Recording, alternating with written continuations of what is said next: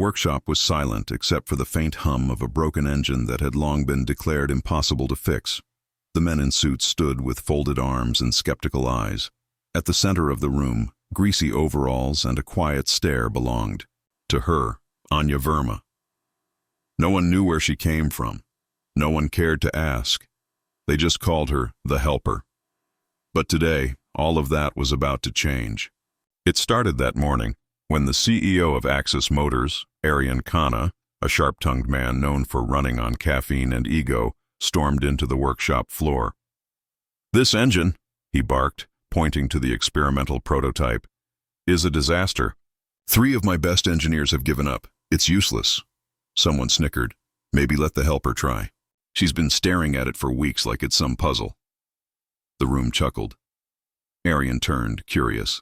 His eyes landed on Anya, petite, quiet, with a smudge of grease across her cheek. "You?" he laughed. "You think you can fix this?" Anya didn't flinch. She didn't look offended. She simply nodded once. Aryan raised an eyebrow. "All right then, I dare you. Fix this impossible engine, Miss Mechanic. Prove us all wrong." What Aryan didn't know was that Anya wasn't just a mechanic. She was a prodigy. Once the top engineering student at a prestigious university, forced to drop out after her father's accident left her the sole breadwinner. Since then, she worked wherever she could, garages, workshops, and finally, this manufacturing plant, where she swept floors by day and studied machines by night. As everyone returned to their usual mockery and murmured bets, Anya rolled up her sleeves and got to work. She touched the engine like it was alive, listening, sensing, observing. While others saw a tangle of broken parts, she saw patterns.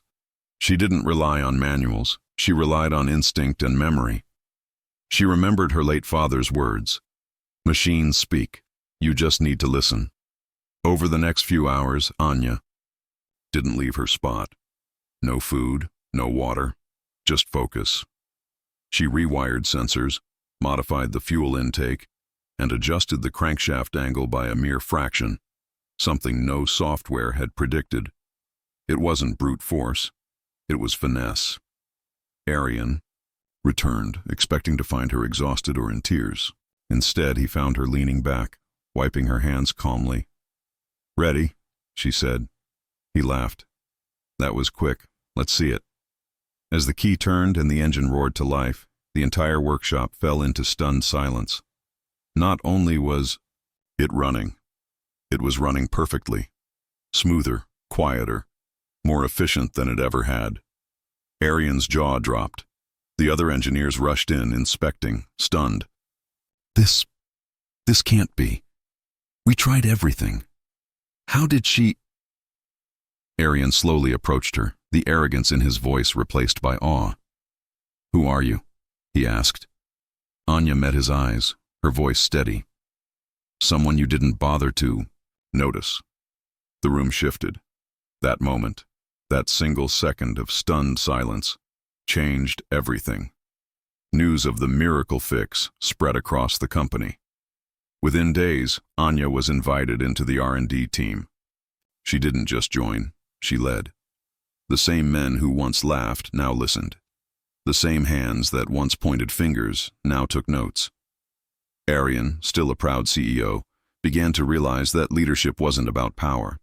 It was about seeing potential, even in the quietest corners.